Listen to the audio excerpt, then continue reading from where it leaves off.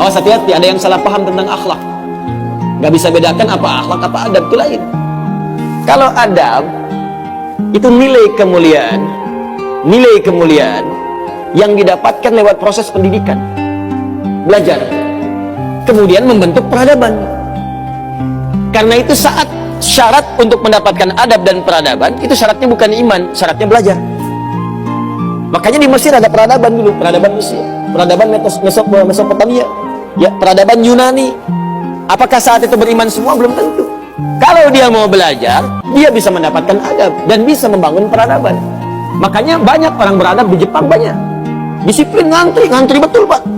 Jadi kalau benar-benar antum masuk ke tempat gak ngantri, ketahuan antum gak beradab.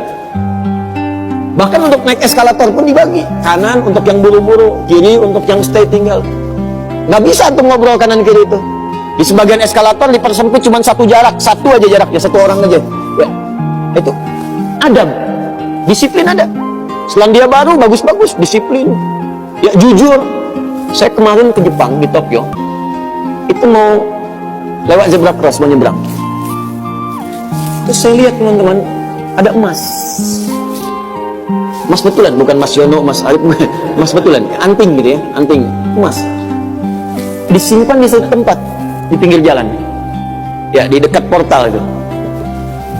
Saya tanya ini, kok nggak ada yang ngambil? Saya tahu sebetulnya karena tiap tahun kita kunjungan ke sana, ke masjid kita di sana. Katanya, Masya Allah Ustaz, di sini kalau ada barang apapun ditemukan di jalan, tidak ada yang berani ngambil. Kalau dia di jalan tempat orang lewat, akan dipindahkan ke pinggir supaya tidak rusak, tidak terkena injakan orang dan sebagainya, dan mudah orang menemukannya.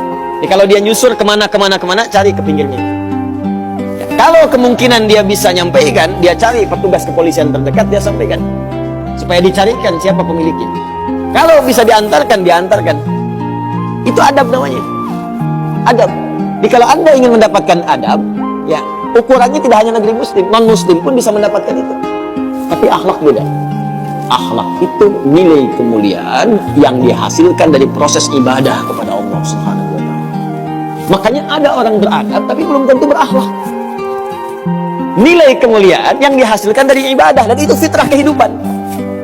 Makanya kehidupan kita saat diciptakan, ya, prosesnya disebut kholak. Iqra bismi rabbikal ladzi khalaq, proses penciptaannya. Yang menciptakan disebut Khaliq. Quran surah Quran surah 96 ayat 1, sekarang Quran surah 15 ayat 28. Wa idz qala rabbuka lil malaikati inni khaliqum basyara. Di proses penciptaannya disebut khalaq, penciptanya disebut khaliq. Makanya Allah disebut sang khaliq. Kita makhluk. Bentuknya bisa jin, ya, bisa manusia, bisa hewan. Makanya saat disebutkan jin dan manusia menggunakan khalaq. Wa ma khalaqtul jinna wal insa illa liya'budun. Karakter itu, ya, karakter kemanusiaan kita, fitrah kita hidup. Kalau ingin mulia, maka diharuskan ibadah, liya'budun, ibadah. Supaya apa? Mendapatkan akhlak. Akhlak senapas dengan khuluq. Kalau sudah terkumpul pada diri kita, berubah jadi khuluq. Itu yang disebut surat Al-Qalam ketika memuji Nabi SAW. Wa innaka la'ala khuluqin 'azim. Bagaimana Nabi mendapatkan khuluq? Ibadah, dengan meningkatkan takwa kepada Allah Subhanahu wa Ta'ala. Makanya diminta kita sholat, diminta kita puasa, baca Al-Quran supaya punya akhlak. Apa diantara akhlak itu nilai kemuliaannya? Maaf, bukan sekedar disiplin, bukan sekedar jujur, lebih tinggi daripada itu. Bagaimana meninggalkan semua yang tidak baik, khamar tidak baik, zina tidak baik. Hati-hati, zina nggak bagus, khamar tak bagus. Siapapun di muka bumi, mohon maaf, sekalipun pelakunya pasti akan menolak zina. Ya, pezina dengan pezina menikah, yang satu selingkuh dengan yang lain, pasti dia akan katakan kamu selingkuh, padahal dia zina juga.